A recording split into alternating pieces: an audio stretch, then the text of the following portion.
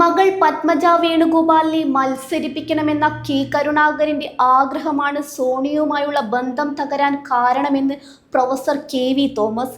കുമ്പളങ്ങി മുതൽ ചെങ്കോട്ട വരെ എന്ന ആത്മകഥയിലാണ് കെ വി തോമസിന്റെ വെളിപ്പെടുത്തൽ.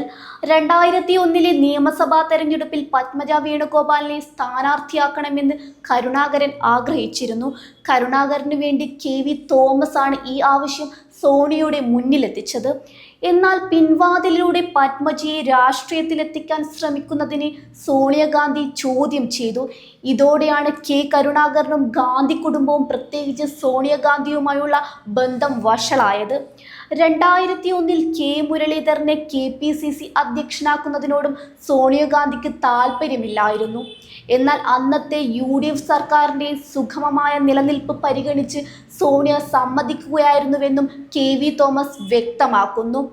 ഹൈക്കമാൻഡിനെ എതിർത്ത് കോടോത്ത് ഗോവിന്ദൻ നായരെ രാജ്യസഭാ സ്ഥാനാർത്ഥിയാക്കിയത് കരുണാകരനും സോണിയും തമ്മിലുള്ള അകലം വർദ്ധിപ്പിച്ചു.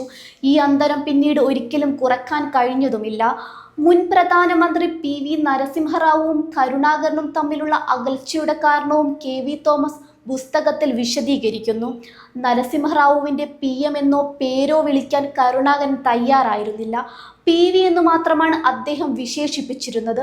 ഈ വിളിയോട് നരസിംഹറാവുവിന് കടുത്ത അസ്വസ്ഥത ഉണ്ടായിരുന്നുവെന്നും കെ വി തോമസിൻ്റെ ആത്മകഥയിൽ പറയുന്നു.